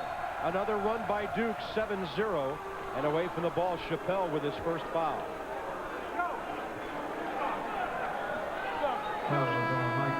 Duke by 18 with 10.5 to go. Sunday, Brett Favre and the Pack try to bounce back from Monday night's loss to the Cowboys. They'll go to St. Louis to take on the Rams. Andre Rison could make his debut in Packer green, trying to shore up that receiving core. Mike Patrick, Joe Theismann and the gang, 8 o'clock Eastern. Sunday night NFL on ESPN. If Vanderbilt has any hope of trying to cut this lead, they've now got to start recognizing shots and not pass them up and try to put them down. A couple of times guys have passed up shots. Maddox short with the 2. Running down to the 10-minute mark remaining. Price with a tough pass for McLeod. Pride has it. 2-on-2. He'll go it alone. The ball's got to go over the iron, not through from the bottom. Capel. Poor decision making once again. You know, Howard Pride's a senior. He certainly should know better, and I think Jan Van Bredikoff is going to let him know that. Duke on a 9-0 run over the last 2 minutes. And now under 10 minutes to go. It's really tough for Vandy with a deficit of 20. Well, they're not a pressured team, so they're not going to turn Duke over. They don't seem to be able to hit their jumpers, and they haven't been able to get the ball inside with regularity. Austin Bates really the only effective guy on the block for them. So the ability to generate offense is going to be probably as difficult as it's been all, at least not this season because they only played 1 game, but at least as much as they've ever seen. And you've got, again, a senior at the point guard in Howard Pride. A scoring run right here, 12-4. Some of that generated by Austin Bates picking up his 4th foul and having to sit down. But this is where Duke turns it on with the pressure. They capitalize on your fatigue, and what fatigue makes you do is turn the ball over. It makes you foul on the other end, and certainly you don't have your legs for the jumper. Prater for Despalcho. McLeod stuffed in. Then an offensive foul against Domzowski, who was throwing the elbows. That's his 4th. So they may need to get Greg Newton back in pretty soon. He's been on the bench since the 17:22 mark with 4 fouls. Well, a good feed by Prater. You saw the elbow right there on the rebound by Domzowski. Maddox for Despalcho. Around McLeod. Offensive foul. Pure frustration right now. Billy Despalcho's feeling it. He's not the first to feel it here. Pretty good move inside. Little hesitation, but going to the basket. You know, sometimes you wonder when a defender is standing under the basket, and it's hard to see from that angle if he in fact is in a defensive position. And on a play like that, I don't know if I'd just give that to the defender. It was a good move. You got to reward the offensive player at times. Nothing turns on the crowd here like pressure defense. And how about that move by Domzowski, taking the charge right after he committed his 4th foul. Devils by 20. Capel, baseline left. They laid off him. Suddenly he has 7 points. Well, in the second half and 8 in the game. The help is getting him much too slow right now. Vanderbilt is spent. 9 minutes to go. Bates is short with it. McLeod taken away by Maddox. Duke is on a run of 11-0 here. Bates the jumper. I think he's getting tired. His last 2 shots have been short. You can tell when it comes up short because the legs are gone. And then Despalcho hacks McLeod from behind. That'll be his 4th. That was a hard foul and a frustration foul right there. You see guys grabbing onto their shorts. Whenever guys bend over and grab onto the shorts, you know that the lungs are working hard. Here's Despalcho coming down as a trailer on this play. If you can call a defender who gets down late a trailer. And that's just a frustration foul. He had no chance to block that. Number 4, Rashawn McLeod. Billy takes a seat with 5 points, 4 fouls. At the line, Rashawn McLeod.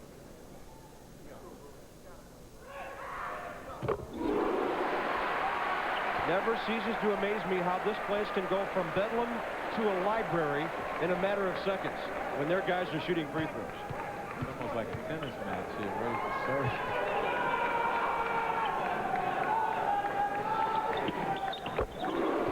Well, he had a double fault. Both of them right into the net.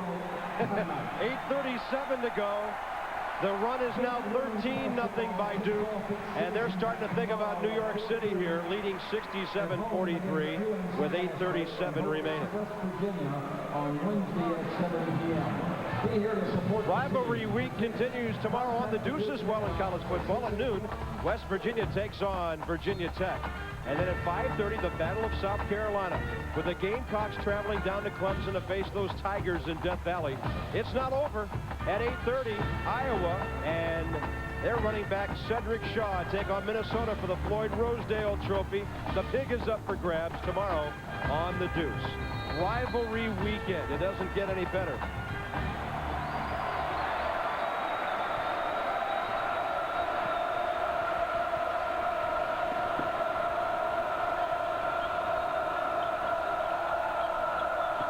Duke and North Carolina playing football this weekend as well, but it's not the same for the Devils. They're 0-10 on the gridiron this year. I tell you, a win against Carolina would make that 0-10 feeling disappear. 10 on the shot clock, and away from the ball, it's Domzowski fouling out. Foul on number 13. Penguin Domzowski. His 5th personal foul. Greg Newton returns to the lineup for the Blue Devils. Well, he did one thing for Mike Krzyzewski. He made it tough inside for Vandy during all that time that Newton was out with 4 fouls. Newton, 4 fouls. Where he was, yikes. Oh, that's a pretty good block.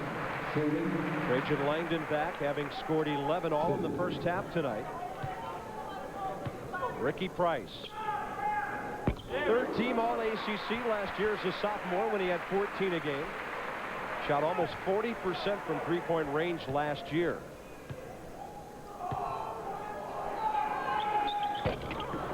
Andy hasn't had a point in 4 minutes. I think they're gassed. Look at Newton bank it in. Then you got a big man who comes in with fresh legs after sitting down for 9 minutes. It's now a 16-0 run by Duke.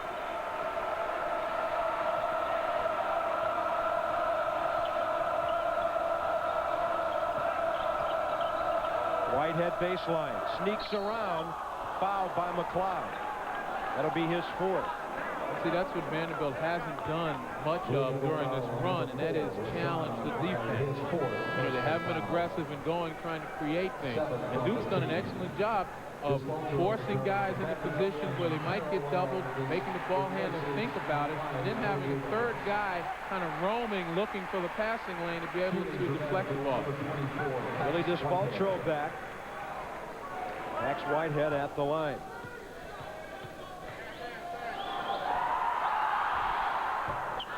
This guy came out of Cardinal Gibbons High School in Fort Lauderdale, made a stop at Maine Central Institute, that outstanding prep program, before playing for Van Bredikoff at Cornell.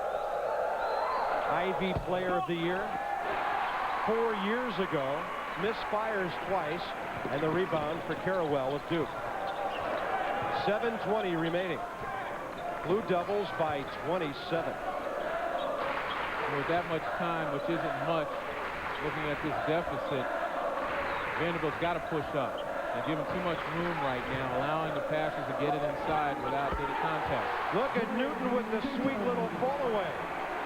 2 straight field goals for him coming off the bench. Only a half dozen for the big guy. They've outscored Vanderbilt 18-0 in the last 5 minutes.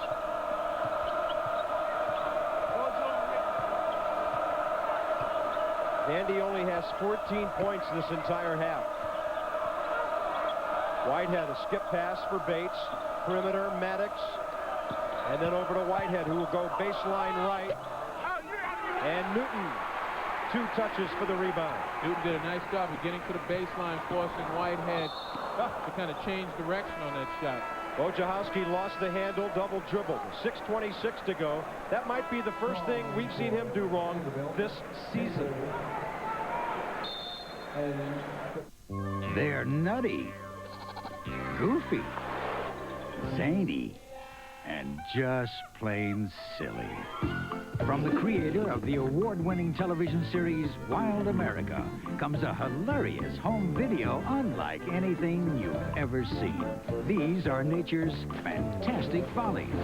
Fantastic Follies is a non-stop comical romp through the world of animals. It is not available in stores. Call now to get Fantastic Follies for just $19.95. Order now and you'll also receive Backyard Wildlife absolutely free.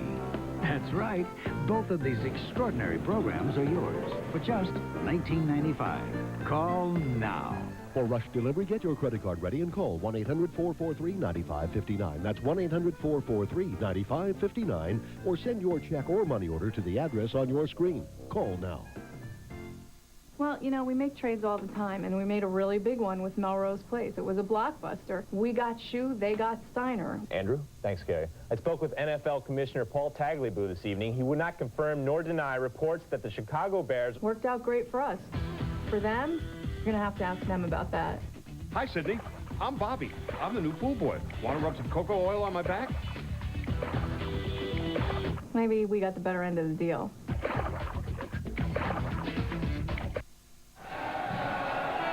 Well, Duke appears headed for the Big Apple. They've never been in the preseason NIT without going to New York. And they will play the winner of the Oklahoma State game at Tulsa tonight. The upper half of the bracket's interesting, Glenn. That's Jim Cruz, the head coach at Evansville, who played for Bob Knight, who was one of Bob's assistants. He's now running the Purple Aces. They'll go to New York and play the Hoosiers. A little battle of Indiana there. Well, it'll definitely be more than a battle for just a game. And the same thing with the Tulsa-Oklahoma State game, which is coming up tonight. You know, I bet you Steve Robinson and Eddie Sutton are going to be battling for some recruiting rights. Those schools 70 miles apart. They play at midnight Eastern on ESPN tonight after Sports Center. Here's Strong from Whitehead, and he was fouled by Capel. The other interesting thing about that Tulsa matchup, they beat UCLA, now they face Oklahoma State. Those are the same two teams they beat in order in the '94 NCAA when Tubby Smith took Shea Seals and company to the Sweet 16. Seals is now one of the best players in that part of the country. Oklahoma State needed a three by Jason Scare at the buzzer to beat St. Mary's. That's tonight at midnight on ESPN.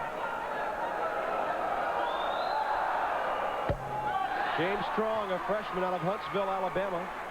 Scoreless tonight. He's their most athletic guard. Pretty good defensively with that wingspan. It'll take him a while to develop his offensive game. He's got his first point of the night, and Vandy scores for the first time in 6 minutes and 43 seconds. And it was a free throw that rattled in. Well, you may think that Vanderbilt should go out and pressure people, but again, they're so tired. The two freshmen, that's Carrawell and Chappelle.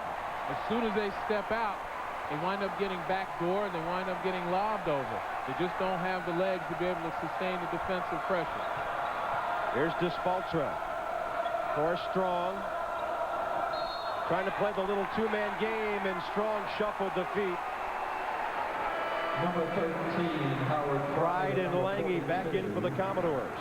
Jan Van Bredekov told me this morning that this would be one of those types of games that would be kind of a talent yardstick, a team chemistry yardstick. They wanted to find their identity. Right now, they still aren't sure who their go-to guy is, although Austin Bates has stepped up pretty nicely. Newton seals off Despaltra. Billy fouls out as Newton scores.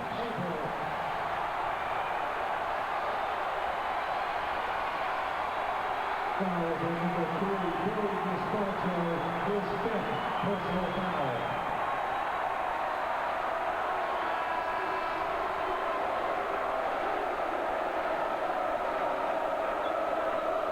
Good inside feed to Newton, and nice drop step. Despaltra caught way on the high side. You know, if that happened to me at this point in time, you know, I'd try to step away from it so when the replay comes, people aren't going to say you got dunked on, Bill. That was nasty. Billy fouls out, 5.7 boards. Less than a quarter of the scoring output he had on Wednesday night against Valparaiso when the Vanderbilt front line dominated scoring 65% of their points. Number 12. That sound you hear is the farewell from the Dukies to Billy DeSpalto. That's their tradition. Yeah, until he sits down, they don't say see ya. Greg Newton looking for the three-point play. He had only 2 points in the first half with 3 fouls worth of trouble. Bates the rebound. And this is pointing up exactly what I was mentioning before with regard to finding an identity. You know, last year Vanderbilt beat 6 of the top 25 teams despite injuries to key people. This year they've lost some key scorers, and how they react to pressure is going to tell Jan Van Brederkoff an awful lot about his team. Right now he knows that they've got to go back to the drawing board. Lange with the basket. Yeah, they went to Maui last year and beat Chaminade, then UCLA, after a first-round loss to North Carolina. And they came out of that feeling good about themselves and had a pretty good year. That established their identity, who they were, who their go-to people were. Randall's home. Bates with 20. They also had a non-conference win at Virginia. Alumni Hall in Charlottesville, certainly a tough place to beat Jeff Jones' Cavaliers. Another team heading for Maui. And I tell you, Greg Newton, in this second half, he can't miss. Great week of basketball on ESPN next week. The semis and the final of the NIT. Newton will set up people. Somebody would ask Greg, are you feeling it, Evil? Are you feeling it? There's just no way you can prepare for the atmosphere in this building. No matter what you do in practice, you can't simulate this. Newton again. 3-on-2. Langdon behind Carawell. That defensive play was a purely momentum defensive play. There was a foul on that. It wasn't called, but that's what you expect when you're the aggressor. You get away with an awful lot, and Duke by far has been the aggressor in this half. Maddox gets his own. 80-48 Duke. Great Alaska shootout. Maui Invitational next week along with the NIT Final Four on ESPN. Looks like Duke will join Indiana and Evansville and then await the winner of tonight's Oklahoma State game at Tulsa. Midnight on ESPN. Coach K ready to bring in some of the subs.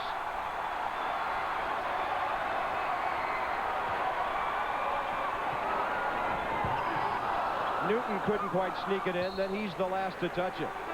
2:49.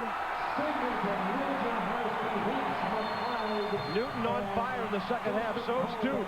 80-48 with 2:49 to go.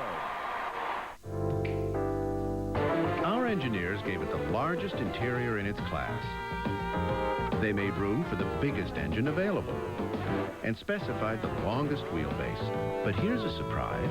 It turns in a smaller circle than ever before, which makes the all-new Dodge Dakota just as nimble as the people who created it. The new Dodge Dakota. It's full of surprises.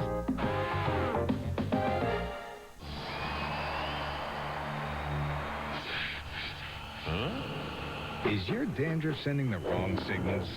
Get Selsun Power. Doctors recommend Selsun Blue #1, so don't send the wrong signals. Get Selsun Power.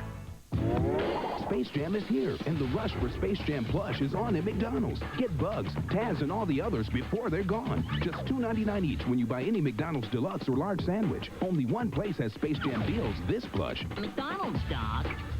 Introducing McDonald's Deluxe sandwiches. They're new, they're big, with fresh toppings and a bakery soft roll. The average adult has over 8,000 taste buds. Get ready to use them all.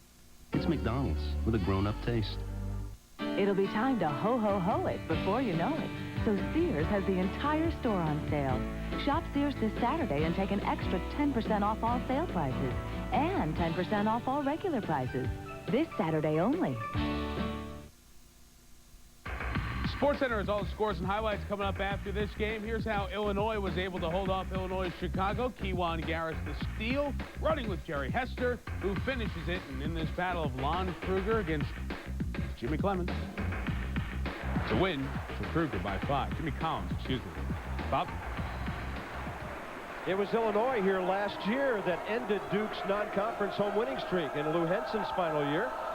Lon Kruger from Florida up north. And as Mike mentioned earlier, Billy Donovan got his first win of the year down south in Gainesville tonight.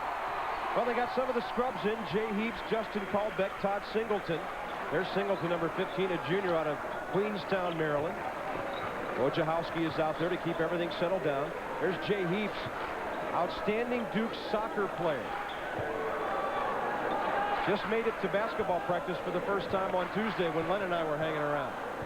I tell you, they probably got to shrink his jersey just a little more. You can't see too much of that 22 up front. Rashawn McLeod with 18. The Devils at play here at home tonight. They blew out St. Joe's by 29.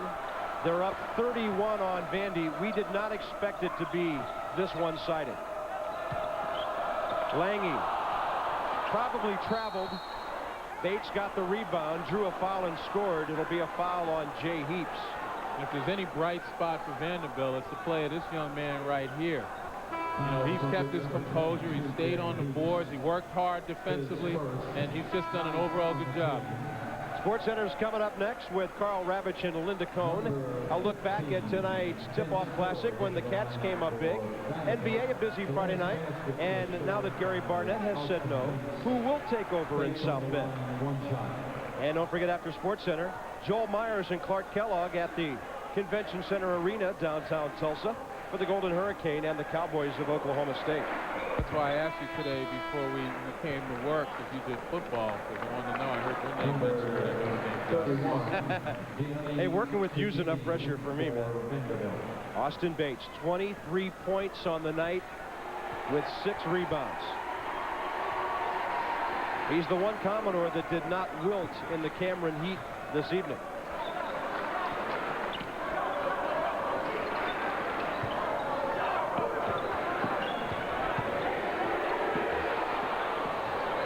Here's Callbeck. Rejected on the baseline by Gianni Cugini. A 22-1 Duke run in the second half put this game to an end. Here's McLeod. Ocho back to him. Hacked by Gianni Cugini. And he pops right up. I tell you, McLeod's pass to the basket, the way he took off, I guess that foul saved us an earthquake. If he was ready to throw it down. It's been that kind of night for him. 1 minute remaining. Duke will go to the NIT Final Four for the 3rd time. In '85, they beat Kansas to win the preseason NIT. In '90, they lost to Arkansas and then beat Notre Dame in the 3rd place game. So Coach K heading back for New York, 3rd time in a row. There's Sean McLeod with 19. Vanderbilt will get ready for a December schedule that features UAB, a date at Memphis, at Boston College, at Evansville, now a Final Four NIT team, and a home date with St. Louis. They're playing a home-and-home with Memphis this year. They'll have the Tigers come in to Memorial Gym on the 5th of February. A little in-state rivalry. McLeod with 20 will take a seat. His career high, obviously. Boy, he has some force in there, isn't he? Well, he is, but not only inside. Again, he's showing the ability to play on the perimeter, put it on the floor, hit the 3.